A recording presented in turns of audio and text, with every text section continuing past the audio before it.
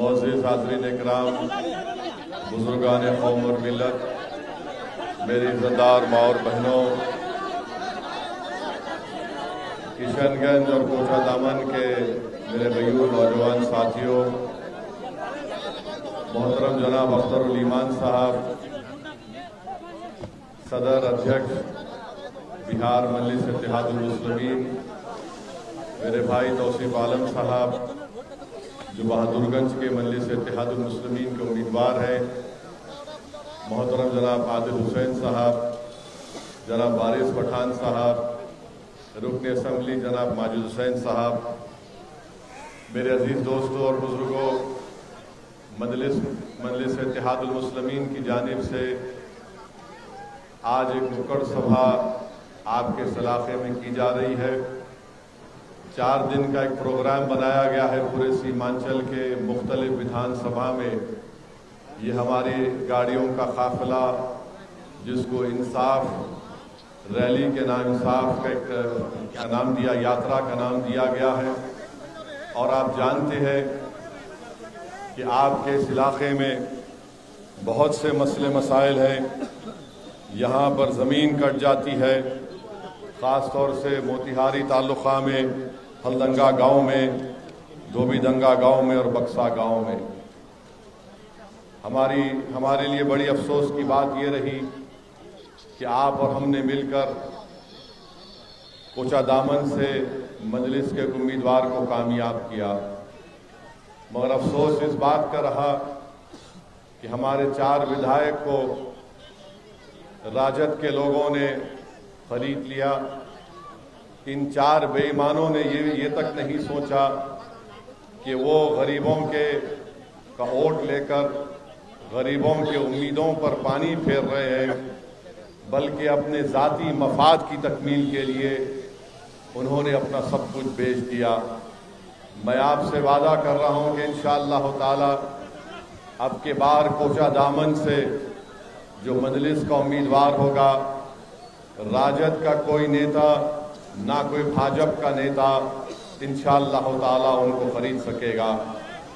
आप ही के दरमियान से मजलिस अपना उम्मीदवार को खड़ा करेगी और यहाँ पर जो आपके मसले मसाइल हैं इंशाअल्लाह ताला उसको हल करेगी। लोग मजलिस पार्टी से बोलते कि आप मंत्री नहीं बनते हैं, तो हम उनसे कहना चाह रहे हैं कि पिछले 50-60 साल से जो लोग मंत्री बने, मुख्यमंत्री बने, संतरी बने, हमारे सवाल का जवाब दो। तुमने क्या सीमांचल के लिए कुछ किया? क्या तुमने सीमांचल में जो ज़मीन कट जाती है सैलाब में, उसकी रोकथाम के लिए कोई कार्रवाई की? नहीं किया। क्या तुमने यहाँ पर अलीगढ़ मुस्लिम यूनिवर्सिटी का जो सेंटर है उसको मजबूत करने की बात की या कुछ काम किया? आपने कुछ नहीं किया। कोई क्या जो लोग राजद में चले गए भागकर, बताओ क्या तुमने कोचा दामन में एक रेलवे स्टेशन तुम खोल सके? नहीं खोल सके। बताओ तुमने जेडीयू के साथ रहे, तुमने अपनी ज़ाती मफादात की तकमील की, तुम तो दौलतमंद बन गए, मगर बताओ क्या गाया की तरह सीमांचल में कोई इंडस्ट्रियल पॉलिसी का तुमने कोई काम किया? मैं आपको बताना चाहता हूं कि बिहार में करीब 60% आबादी 25 साल से कम उम्र की है। ये इंसाफ की यात्रा उन नौजवानों को इंसाफ दिलाने के लिए निकाली जा रही है। हम ये नहीं चाहते कि जिस तरह हमारे बुजुर्गों की जवानियों को बर्बाद कर दिया गया, इसी तरह हमारे मौजूदा नौजवानों की जवानी को बर्बाद कर दिया जाए। तो मेरी आपसे गुजारिश है कि आप लोग मजलिस का साथ दीजिए और आने वाले विधानसभा के चुनाव में, चाहे वो कोचा दामन हो या किशनगंज हो, यहाँ से आप मजलिस के उम्मीदवारों को कामयाब और कामरान करिए। और याद रखिए कि अख्तरुल ईमान साहब ने पूरी कोशिश की कि हमको भी महागठबंधन के अलायंस में लिया जाए। अख्तरुल ईमान साहब ने बहैसियत बिहार प्रदेश के अध्यक्ष के 2 खत लिखे और आखिरी खत उन्होंने तेजस्वी यादव को लिखा। और उस खत में अख्तरुल ईमान ने लिखा कि हमको 6 विधानसभा की सीट दी जाए, अगर तुम्हारी सत्ता बनती है तो हमको मंत्री का भी पोस्ट नहीं चाहिए, हम सिर्फ यही चाहते हैं कि सीमांचल डेवलपमेंट काउंसिल बनाया जाए ताकि हमारे भारत के संविधान में जो उसकी गुंजाइश है उसके तहत सीमांचल में इंसाफ हो। अब जो लोग हम पर झूठा इल्ज़ाम लगाते थे कि मजलिस के खड़े होने से वोट कट जाते हैं, मैं पहले भी कहा आज भी कह रहा हूं, अगर बीजेपी जीत रही है तो मुसलमानों के वोट से बीजेपी नहीं जीत रही है। बीजेपी अगर जीत रही है तो इन तमाम नाम निहाद सेकुलर पार्टियों का वोटर मोदी के गोद में जाकर बैठकर चाय पी रहा है। ये अपने गिरेबान में झांकना नहीं चाहते, ये अपनी कमजोरियों को दूर करना नहीं चाहते और इल्जाम लगाते हैं अगियारों हम पर। अरे तुम्हारे दरमियान में जो लोग खड़े हैं वो तुम्हारा कितना साथ दे रहे हैं वो देख लो। मगर मेरे अजीज दोस्तों और बुजुर्गों, ये हमारा इखलास, ये हमारा पैगाम आप तक पहुंचना जरूरी है। मजलिस ने जो खत लिखा वो कमजोरी की बुनियाद पर नहीं लिखा बल्कि ताकत की बुनियाद पर लिखा। जो लोग ये समझ रहे हैं कि खत लिखने की वजह क्या थी, हम उनको बताना चाह रहे हैं कि हम बिहार की आवाम के सामने इन तमाम लोगों के पर्दाफाश करना चाहते थे जो बार बार ये कहते थे कि मजलिस मिलकर लड़ना नहीं चाहती। अरे आज हम तुमको कह रहे हैं, मगर तुम इसको कबूल करोगे नहीं करोगे वो बिहार की जनता देख रही है, सीमांचल की जनता देख रही है और पूरी दुनिया देख रही है। बीजेपी को हम भी रोकना चाहते हैं। बताइए आप, 2004 से मैं भारत की सबसे बड़ी पंचायत हैदराबाद का नुमाइंदा बनकर लोकसभा में जाता हूं। कोई एक ऐसा मौका दिखा दो जहां पर हमने बीजेपी के लाए हुए किसी कानून का साथ किया। अरे जब कांग्रेस की मनमोहन सिंह की सरकार थी तब भी जब यूएपीए का कानून बनाया गया मैंने उस कानून की मुखालिफत की, उसके खिलाफ वोट डाला, क्योंकि हम जानते थे कि इस तरह के कवानीन का इस्तेमाल दलित, मुसलमान और आदिवासियों पर होगा। जब अमित शाह ने 2019 में यूएपीए का कानून अमेंडमेंट तरमीम लेकर आई तो क्या जो हमको आज गाली देने वाले हैं, बताओ क्या कांग्रेस पार्टी ने उसका साथ नहीं दिया? क्या राजद ने उसका साथ नहीं दिया? 5-5, 6-6 साल से दिल्ली की तिहाड़ जेल में मुस्लिम बच्चे और बच्चियां सड़ रहे हैं, उनको बेल नहीं मिलती, उनके माँ बाप मर जाते हैं, उनकी जवानियां बर्बाद की जा रही हैं और इल्जाम हम पे लगाया जाता है। मैं साफ तौर पर कह चुका हूं और कह रहा हूं, ओवैसी यहां पर आया है बिहार में, सीमांचल में। मैं यहां पर जब तक अल्लाह मुझे जिंदा रखेगा मैं सीमांचल की लड़ाई लड़ता रहूंगा। मेरी मौत मेरी इस आवाज को बंद कर सकती है। मैं मर भी जाऊंगा तो मुझे यकीन है कि हम जो सीमांचल की लड़ाई का आगाज किए हैं, जब हम खबरों में जाकर आराम से सो जाएंगे तब भी हमको यकीन है कि सीमांचल में एक इनकलाब बर्पा करके जाएंगे, यहाँ पर नेता बनाकर जाएंगे, उससे पहले नहीं जाएंगे। हमने 60 साल गुलामी की मुख्तलिफ सियासी पार्टियों की, 20-25 साल कांग्रेस को सत्ता मिली बिहार में, 15 साल राजद को मौका मिला, अब 21 साल या 22 साल नीतीश कुमार को हो गए। बताइए आप, बिहार पूरे भारत का सबसे पिछड़ा इलाका सीमांचल है, उसके बाद आसाम के लोअर आसाम के इलाके आते हैं। इसके जिम्मेदार हम भी हैं किसी हद तक, मुझे माफ कर देना, मैं सच्चाई को आपके सामने बयान कर रहा हूं। इस नाइंसाफी को अगर खत्म करना है, इंसाफ को हासिल करना है तो हमको मिलकर मजलिस के नुमाइंदों को कामयाब करना पड़ेगा। हमको मंत्री बनने का शौक नहीं है, हमको मंत्री या मुख्यमंत्री बनाने का शौक नहीं है।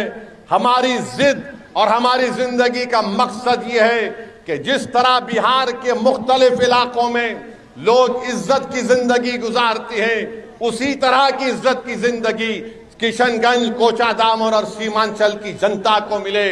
ये मजहब की लड़ाई नहीं है, ये सीमांचल की लड़ाई है। इसमें आपका साथ चाहिए। जो बेईमान थे वो चंद पैसों के लिए अपना ईमान बेचकर भाग गए, जो ज़र्फ वाले थे, जिसमें ईमान था, वो अख्तरुल ईमान है जो आपके सामने खड़ा होकर लड़ रहा है। लोग बोलते हैं कि अरे आप मंत्री नहीं बने तो क्या होगा। अरे जो मंत्री बनता है वो सिर्फ अपने घर को मोटा कर सकता है, वो गरीब की गरीबी को मिटा नहीं सकता।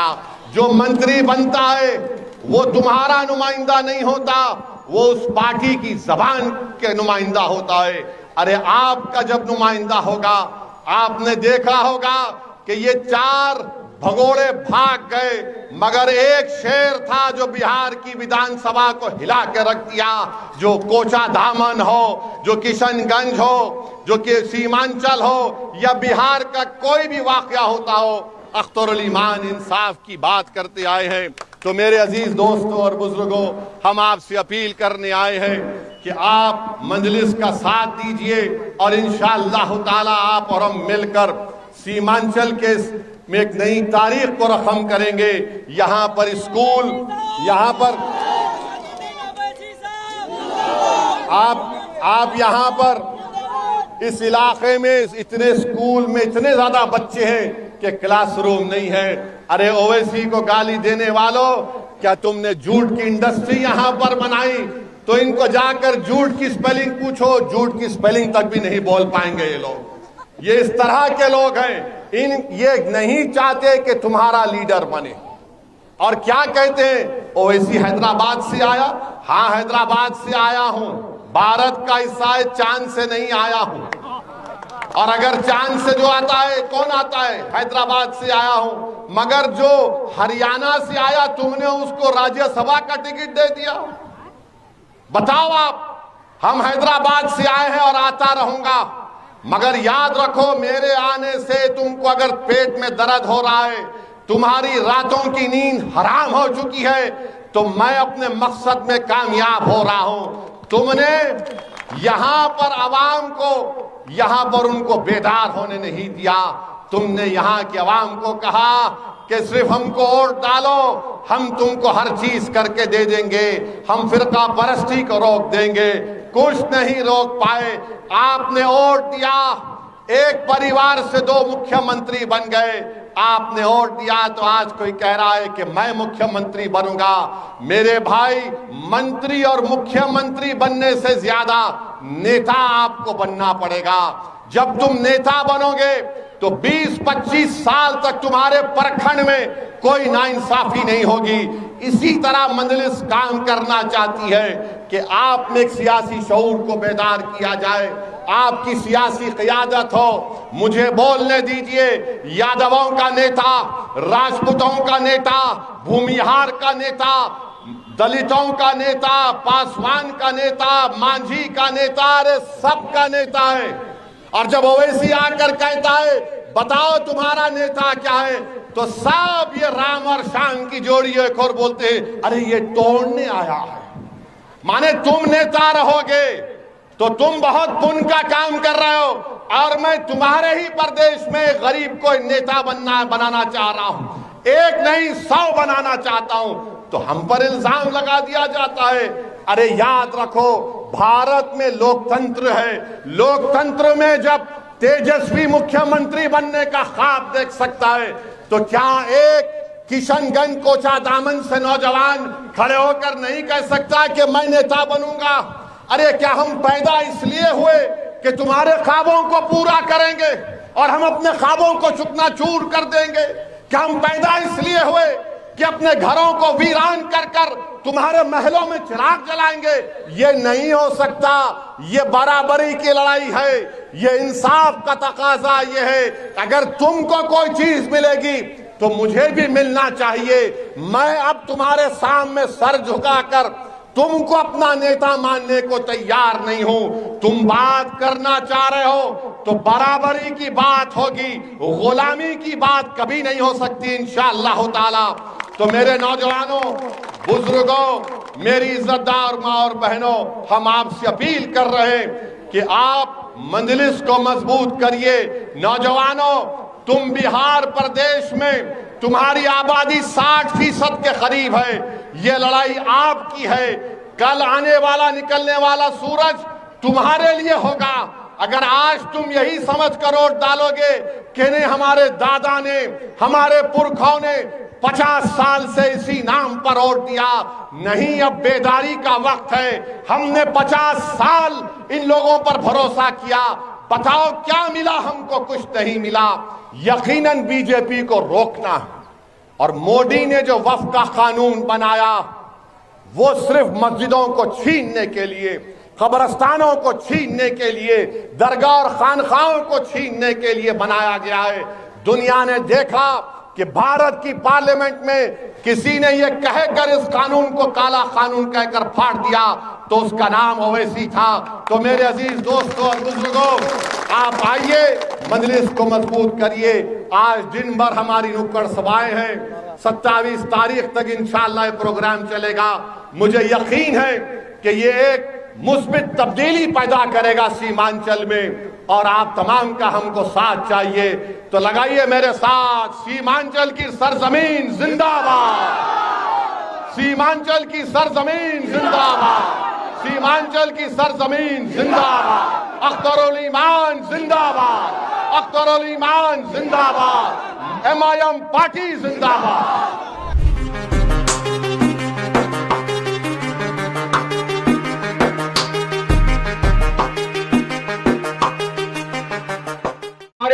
पूर्व विधायक बहादुरगंज के शेर जाबाज जनाब तौसीफ आलम साहब।